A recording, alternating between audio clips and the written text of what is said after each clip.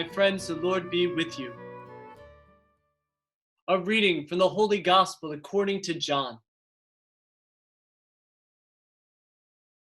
Jesus said to his disciples, "If you love me, you will keep my commandments.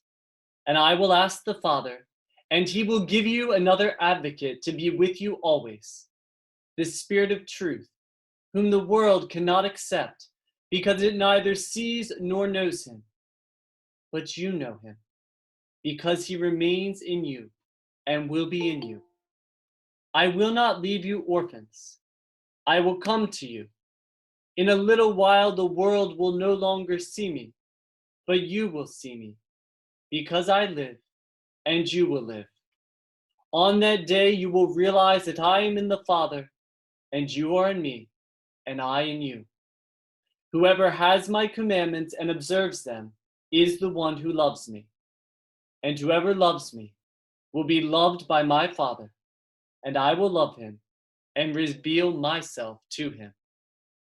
The Gospel of the Lord.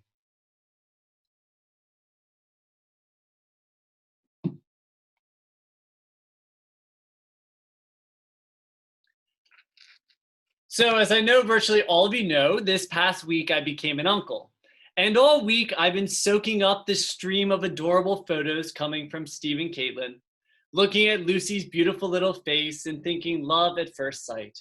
And though I have not always believed this of all infants, I will definitely say she is the cutest baby that I have ever seen. Maybe that is the blinders that come with being an uncle. But then I must admit, about halfway through the week, I just stopped and realized I have no idea when I'll actually get to meet her. I have no idea when I'll be able to hold her, to sit in a living room with my family again, laughing and chatting and eating. And it was as if the true weight of these past 60 days just kind of pressed in upon me all at once. The fact that I feel like I'm working more hours than pre-quarantine, and yet it never seems to be enough. The fact that everyone around me seems to all be hitting their breaking points at the same time. And their anger and their frustration and their pain gets directed at the closest target. Their child, their parent, their teacher, their boss, their spouse, themselves. It's a fact that I'm watching the ugly fault lines of our partisan division reemerge with a vengeance. People accusing one another of cowardice and selfishness, conspiracy theories and fake news once again exploding on social media, people speaking so cavalierly as if the lives of others just don't matter as much as their own, even as the grim death toll marches steadily upwards each passing day. And maybe most troubling of all is the fact that the grave injustices that have always defined our American culture have not disappeared with this pandemic. On the contrary, they've only become more prominent.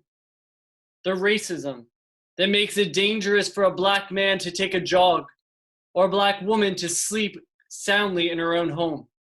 The racism that wraps itself around the swastikas and the Confederate flags that seem to be too uncomfortable being waved in front of state houses or strapped to the back of pickup trucks.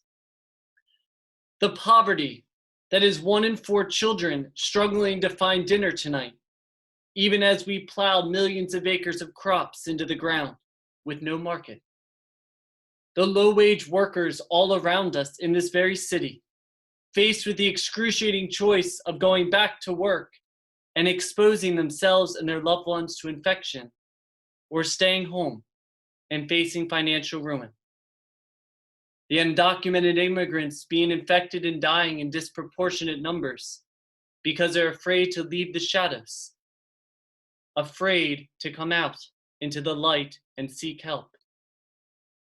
So then I get to the second reading, and I must admit I shake my head. Give a reason for your hope. What hope? Where the heck is the silver lining in all of this?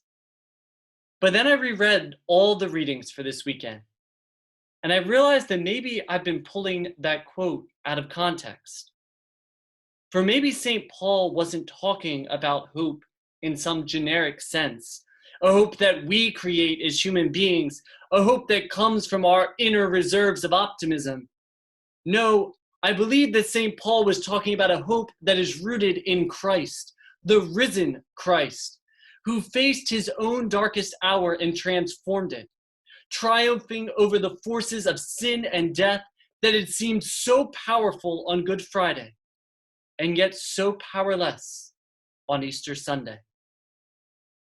The same Christ who sent his Spirit among us to constantly draw us towards one another, so that as one body we may continue the work of triumphing over the forces of sin and death that still surround us. Not putting our faith in ourselves, in our own ability to solve this problem, in our own ability to rise above, but putting our faith in Christ, the Christ who is in us and working through us and working for us. And it is this hope that has sustained believers through every dark night that we have ever faced as individuals and as societies. It is the hope that allowed Peter to face the cross and Paul to face the axe. It has allowed the church to weather bubonic plague and civil war, tyrannical dictators and persecution. It has allowed believers to overcome the loss of a job and the loss of a child. It has allowed us to overcome the prison cell and the snares of addiction, the lynching tree, the violation of assault and abuse, and the trauma of poverty and prejudice. It has allowed us to endure sickness and backbreaking labor. It has allowed us to persevere in the face of false judgments and horrendous gossip. It has allowed us to bear any cross and sacrifice that life demands of us. And it will continue to carry us through these moments in which we now live. For we shall rise again, my friends. The victory has already been promised and assured, and no pandemic or economic depression, our own feelings of isolation or inadequacy or fear, none of them will have the final word. Christ does. Christ always has, and Christ always will. So let us live in that hope, my friends. Let us live in hope. May God be praised.